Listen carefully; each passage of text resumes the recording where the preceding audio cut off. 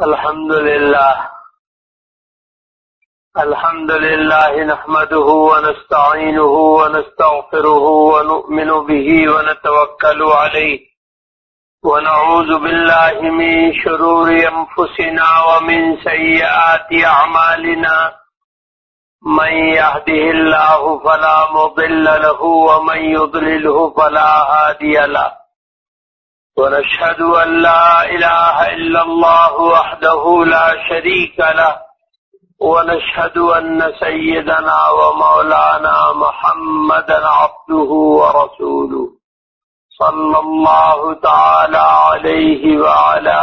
آله وصحبه وبارك وسلم۔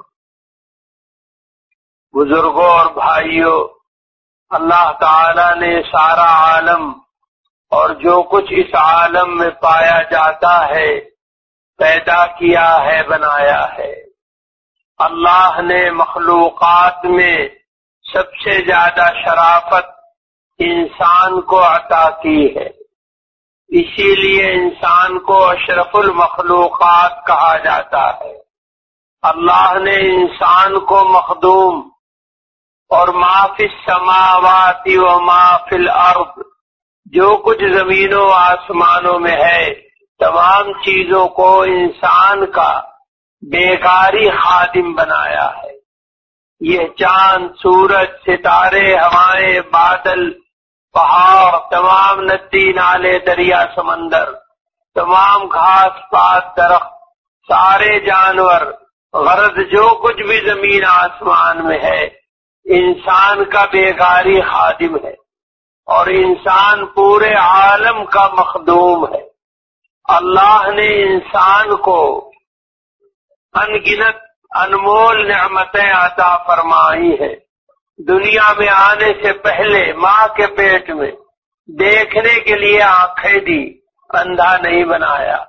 سننے کے لیے کان دیے، بہرا نہیں بنایا، بولنے کے لیے زبان دی، گونگا نہیں بنایا، سینکڑوں کاموں کے لیے ہاتھ دیے، لولا نہیں بنایا، پاؤں دیے، لنگڑا نہیں بنایا، دل، دماغ، معدہ، جگر، رگ رگ میں، جوڑ جوڑ میں، بند بند میں ان گنت نعمتیں عطا فرمائی۔ ان میں سے کوئی نعمت ماں باپ نے نہیں دی، ہم نے نہیں خریدی، مانگی،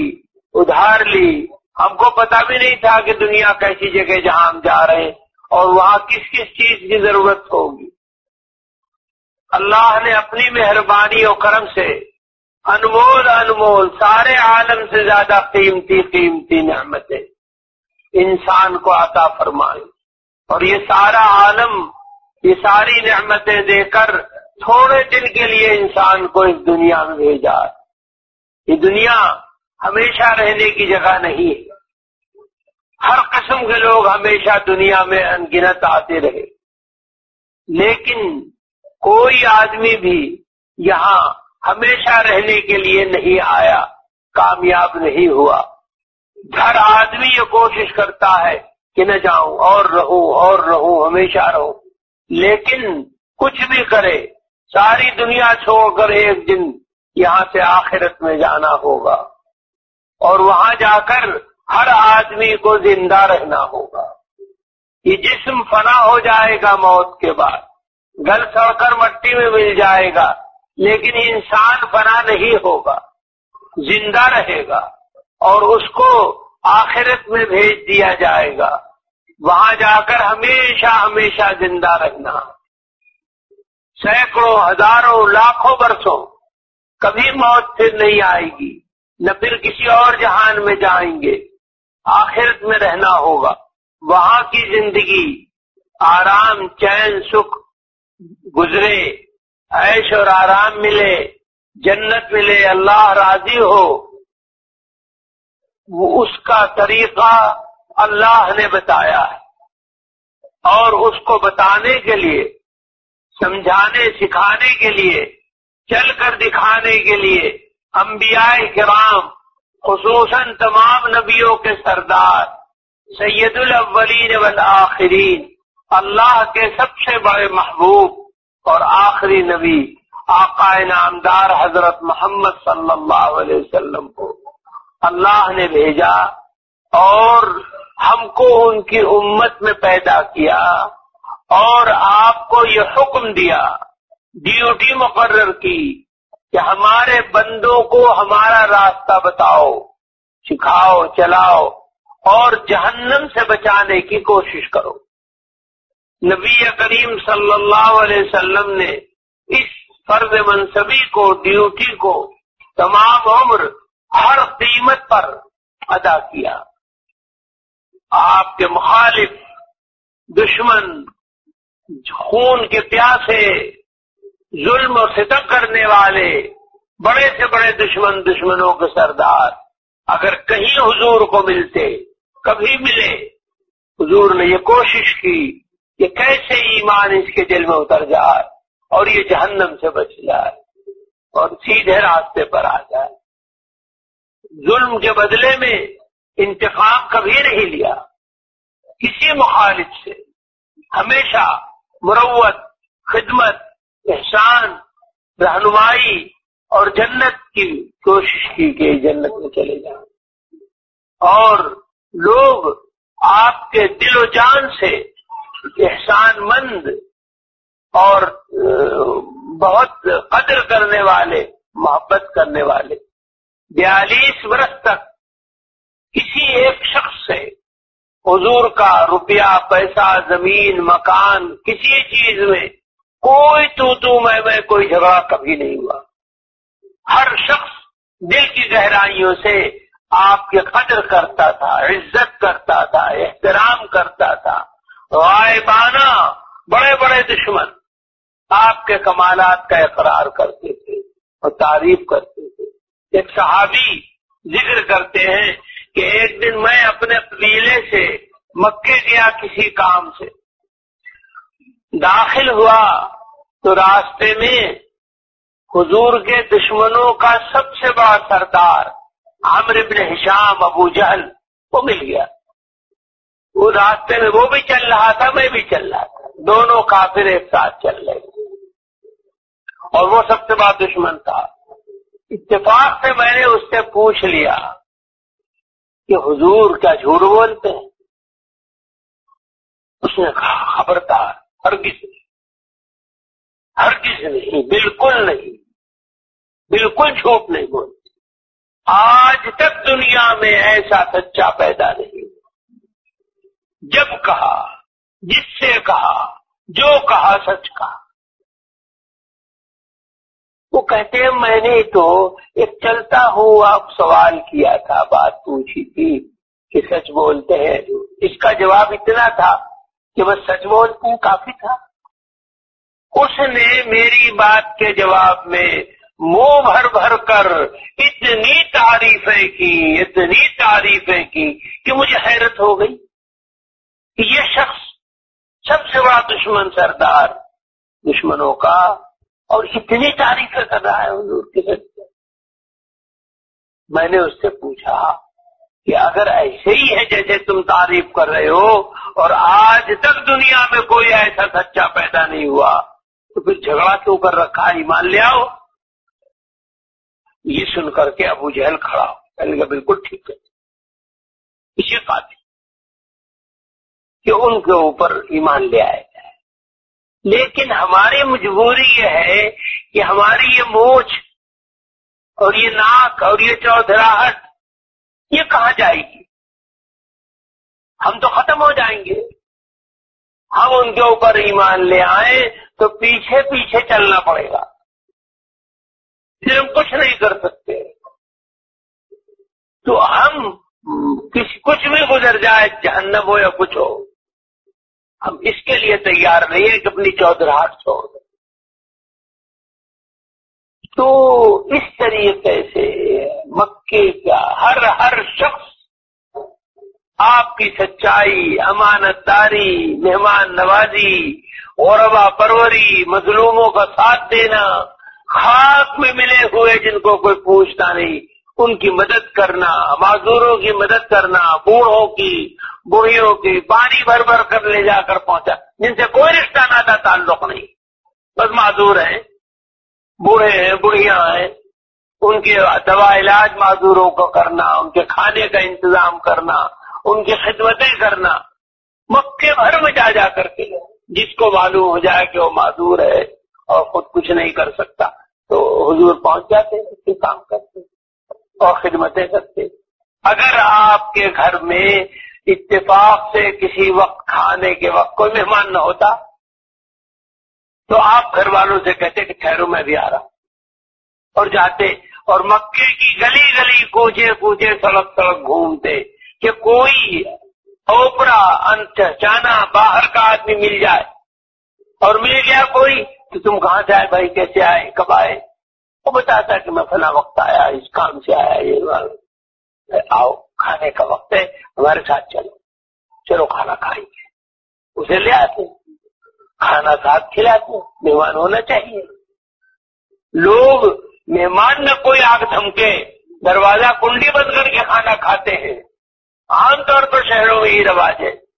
اور حضور تلاش کرتے نہ کھاتے کوئی آدمی مہمان ساتھ کھانے والا مل جائے، کھلاتے پلاتے، اس کو سلاتے، آرام کراتے، اس کا مقصد سفر پوچھتے کیوں آئے ہو تم، وہ بتاتا فلاں کام ہے، تو جس سے ہوتا اس کے پاس جاتے حضور خود، بھائی ایک مہمان آیا ہے، ضرورت مند ہے، فلاں کام ہے، ایسا سارا مکہ جانتا تھا کہ حضور سب کی خدمت کرتے ہیں، تو وہ دل و جان سے تیار ہو جاتا کہ میں ٹھیک ہے اس کا کام کروں گا، حضور کی سفارش منظور کرتا اور اس کا کام کر دیتے، اور پھر اس کو جب کچھ جانا روانہ کر دیتے۔ اس طریقے سے مکے میں وہ حضور سے زیادہ پیارا اور محبوب کوئی نہیں، آپ کے اخلاق، عادات، معاملات سب کے ساتھ، کسی ایک خاندان والوں کے ساتھ، رشتہ داروں کے ساتھ بالکل نہیں، سب کے ساتھ جو بھی ہوتا اس طرح آپ، اور اللہ نے جب حکم دیا حضور کو وَأَنذِرْ عَشِيرَتَكَ الْأَقْرَبِينَ، اپنے خاندان والوں کو، رشتہ داروں کو سمجھاؤ، بجھاؤ، ڈراؤ اور ان کو آخرت کی بربادی سے بچاؤ، تو آپ نے جمع کیا مکے کی پہاڑی صفا، اس پر قریش کو اپنے خاندان کو، اور وہاں جمع کر کے ان سے پوچھا کہ بھائیو میں تم میں پیدا ہوا، آج تک تم میں زندگی گزاری، تم لوگ خوب مجھے جانتے ہو، کیا میں نے کبھی غلط بات کہہ کر، جھوٹ بول کر تم کو دھوکہ دیا؟ سب نے ایک زبان ہو کر کہا ما جربنا علیک کذبا قط، کبھی تمہارے بارے میں جھوٹ کا تجربہ نہیں، جو جب کہا سچ کہا، غلط کبھی نہیں کہا۔ آپ نے پوچھا کہ میں یہاں چٹان پر کھڑا ہوں اور تم میرے سامنے نیچے بیٹھے ہوئے ہو، اگر میں یہ کہنے لگوں کہ اس چٹان پہاڑ کے پیچھے ایک خطرناک فوج چلی آ رہی، تم کو برباد کر دے گی، تم میری بات کا یقین کرو گے یا نہیں؟ ان کا بے شک کریں گے، تم نے آج تک کبھی غلط نہیں۔ تو پھر آپ نے اللہ کا پیغام، جس کا حکم اللہ کی طرف سے ملا وہ پہنچایا، اور ان کو آخرت کے عذاب سے، مصیبت سے ڈرایا۔ وہ سارے کے سارے مخالف، یا مکے میں 42 برس تک ایک آدمی سے کوئی جھگڑا مخالفت نہیں ہوئی تھی، بالکل نام لینے کو کوئی نہیں تھا، اور یا پھر وہ سب سے زیادہ سب کے سب مخالف ہو گئے، اور حضور تنہا کھڑے رہے، اور مٹی کنکر پتھر اچھالتے، برا بھلا کہتے، سب کے سب اٹھ کر کے چلے، ایک بھی آدمی حضور کا ساتھی۔ پھر آہستہ آہستہ حالات کو دیکھ کر اپنی ہمتوں کو، کمر کو مضبوط کر کے تمام دنیا کی مخالفت برداشت کرنے کے لیے ایک ایک کر کے ایمان لائے۔ مردوں میں حضرت ابوبکر صدیق رضی اللہ تعالی، عورتوں میں حضور کی بیوی حضرت خدیجہ الکبریٰ رضی اللہ تعالی، بچوں میں حضرت علی کرم اللہ وجہہ، غلاموں میں حضرت زید رضی اللہ تعالی۔ یہ 4 آدمی فاصلے فاصلے سے مدت کے بعد ایک ایک کر کے ایمان لائے، اور حضور کے ساتھی آہستہ آہستہ بننے لگے۔ تو بھائیو، اس طریقے سے تمام دنیا کی مصیبت نبی کریم صلی اللہ علیہ وسلم خود فرماتے ہیں، لقد اخفت فی اللہ ولا یخاف احد، لقد اوذیت فی اللہ ولا یؤذی احد، اللہ کے راستے میں اتنا ڈرایا گیا ہوں کہ آج تک کوئی نہیں ڈرایا گیا اور نہ ڈرایا جائے گا، اتنا ستایا گیا ہوں کہ آج تک نہ کوئی ستایا گیا نہ ستایا جائے گا، رات دن پہاڑ ٹوٹتے تھے آپ کا اور آپ اس کو برداشت کرتے، اور کوئی جھگڑا نہیں تھا، صرف یہ کہ اللہ کا پیغام پہنچانا یہ جرم تھا۔ بڑے بڑے لالچ دیے گئے، بڑی بڑی مصیبتیں ڈھائی گئی کہ حضور یہ بند کر دے۔ مرتبہ مکے کے سب سردار اکٹھا ہوئے اور سب اکٹھا ہو کر کے حضور کے چچا ابو طالب کے پاس گئے اور کہنے لگے، آپ ہم سب کے سب سے بڑے سردار ہیں پورے مکے کے، اور ہمارا دل چاہتا ہے کہ ہم اپنے سب سے بڑے سردار کا پورا اعزاز اکرام کریں اور کوئی غلط بات، خراب بات نہ ہو، لیکن ہماری مجبوری یہ ہے کہ آپ کے بھتیجے حضرت محمد صلی اللہ علیہ وسلم وہ ہمارے باپ دادا کو برا کہتے ہیں، کافر کہتے ہیں، گمراہ کہتے ہیں، خراب بت پرست کہتے ہیں، وغیرہ وغیرہ۔ ہم جب اپنے باپ دادا کو برا سنتے ہیں تو ہمیں غصہ آتا ہے، ہم پتھر مارنے کے لیے اٹھاتے ہیں ان کو۔ جب ہم پتھر مارنے کا ارادہ کرتے ہیں اور آپ دیکھتے ہیں کہ یہ پتھر حضور کو لگے گا تو آپ درمیان میں آ کر کھڑے ہو جاتے، تو پتھر جو حضور کو پھینکا مارنے کے لیے وہ تو آپ کے لگتا ہے آ کر، ہمارے سردار کے، تو ہمیں تکلیف ہوتی ہے کہ ہم نے مارا بھی تو اپنے سردار کو، اس کی عزت نہیں کی، اس کا احترام نہیں کیا، وہ سب سے بڑا سردار ہے اور اسی کا پتھر لگ گیا۔ اس لیے یہ چیز برابر ہوتی چلی آتی ہے، تو ہم نے سوچا ہے کہ کسی طرح صلح کر لیں، تو ہم آپ کے پاس آئے ہیں کہ آپ درمیان میں دخل دیں اور صلح کروا دیں۔ وہ کہنے لگے، بھائی تم اور حضور کیسے صلح ہو، تم بالکل ایک طرف ہو، بالکل ایک طرف، کوئی بیچ کا راستہ درمیان میں ایسا نہیں کہ وہ مشترک ہو، کیسے معاملہ ہو؟ انہوں نے کہا، ہم نے سوچا ہے کہ جتنی دولت چاہیے، ڈھیروں سونا چاندی ہیرے جواہرات جو ہم سب کچھ دیں گے، اور پورے جزیرت العرب کا بادشاہ آج ہی ڈکلیئر کر دیں گے، مان لیں، اور جتنی لڑکیاں کہیں گے ایک سے ایک خوبصورت حسین وہ ہم دیں گے، اور ایک بات صرف ہماری مان لیں، وہ جو جی چاہے کریں، جس راستے چاہے چلیں، ہم جس راستے چاہیں ہم چلیں، کسی کو روکے ٹوکے نہیں، یہ کرو یہ نہ کہیں، یہ نہ کرو یہ نہ کہیں، جس کا جو جی چاہے وہ کرے، ہم یہ تینوں چیز دینے کو تیار ہیں۔ تو ابو طالب نے سوچا ہوگا کہ بھئی دنیا میں زر زمین زن تین ہی کے جھگڑے ہیں اور یہ تینوں چیز دے رہے، تو آج تو صلح ہو ہی جانی چاہیے۔ یہ سوچ کر ان سب سرداروں کو ابو طالب نے ساتھ لیا اور حضور کے پاس آ گئے۔ حضور نے فرمایا، عمی اے چچا کیوں آئے ہو؟ انہوں نے کہا، بیٹا وہ تو میں بتاؤں گا کیوں آیا ہوں، تم ذرا نگاہ اٹھا کر شکلیں دیکھ لو، صورتیں دیکھ لو، کیسے کیسے گرو گھنٹال سب آئے، بڑے بڑے سردار۔ حضور نے فرمایا، میں تو اسی شہر میں پیدا ہوا، آج تک یہی زندگی گزاری، سارے دیکھ رکھے ہیں مجھے، کوئی ایسا نہیں جس کو نہ دیکھا ہو، آپ بات بتائیے کیا ہے؟ تو انہوں نے کہا کہ یہ کہتے ہیں کہ ہم یہ تینوں چیزیں دیں گے جتنی چاہیے، لیکن ہماری ایک بات مان لو کہ جو جی چاہے وہ کرو، آزادی، اور سب کو آزادی، اور کسی کو روکو ٹوکو نہیں، یہ مت کرو یہ کرو یہ مت کرو، ایک چیز چھوڑ دو اور باقی سب جس طرح بادشاہت بھی دیں گے، اقتدار بھی دیں گے، دولت بھی دیں گے، لڑکیاں بھی دیں گے، جس سے نبی کریم صلی اللہ علیہ وسلم نے بات جب سنی آپ کھڑے ہو گئے اور چہرے مبارک سرخ ہو گیا اور قسم کھا کر کہا واللہ یا عمی، قسم خدا کی چاہ اگر میرے ایک ہاتھ میں چاند دے دے اور دوسرے ہاتھ میں سورج دے دے، یعنی ساری دنیا کی حکومت دے دے، صرف جزیرۃ العرب کی نہیں، اور یہ کہیں کہ اللہ کا پیغام، اللہ کی دعوت کو چھوڑ دو، ہر کسی میں نفس پرستی کے لیے، دولت کے لیے، خزانوں کے لیے، حکومت کے لیے نہیں آیا، دنیا اقتدار کے لیے نہیں آیا، میں تو یہاں اللہ کے ٹوٹے پھوٹے چھوٹے گمراہ برباد انسانوں کو خدا سے جوڑنے آیا،